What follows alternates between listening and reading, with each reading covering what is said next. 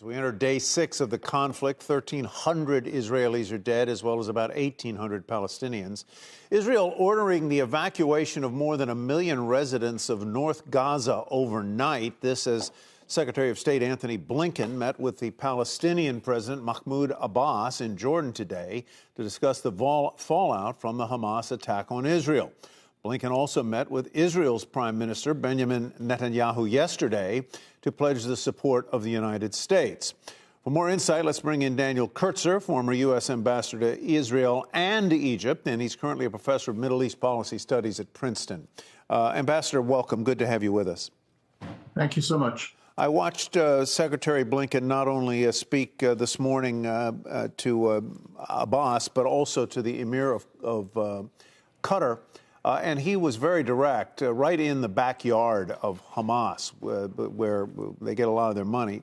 But I wonder how the United States threads the needle between its support of Israel and its right to defend itself and its interest and its people, and what could turn out to be a major humanitarian crisis in Gaza over the next weeks. Tyler, I think that's exactly the diplomatic challenge that the Secretary is facing on this trip in the region. On the one hand, to show the Israeli people, the Israeli government, that President Biden's speech of the other day was meaningful. There's no daylight between us. We have your back. We support what you're doing. But I think the private messages are likely to be tougher. You need to avoid exacerbating the humanitarian situation in Gaza. You need to create a situation in which civilians are not the targets, unintended targets of your actions. In other words, you need to find a way to meet your goals without making the situation worse.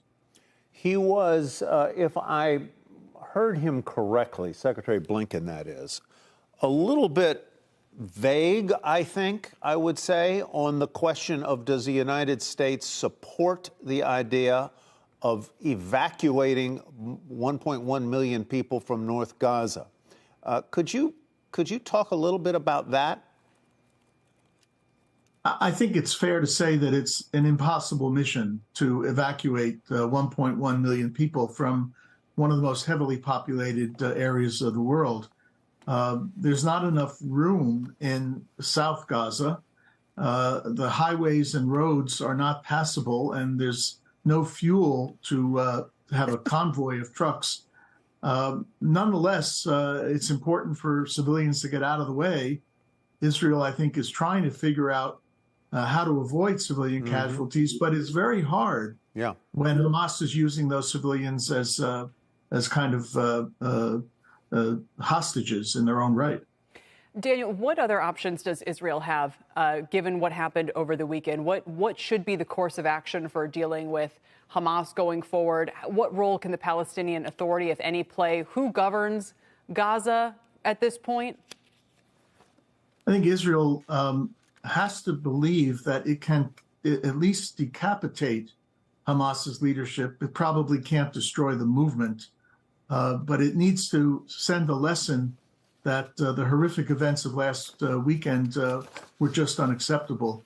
The Palestinian Authority has been silent. The Secretary of State met with Mahmoud Abbas today in Amman, but they're caught in a bind. They don't like Hamas any more than anybody else, but they have to stand in solidarity with the people of Gaza. This is a complex situation which is only going to get worse as the conflict persists.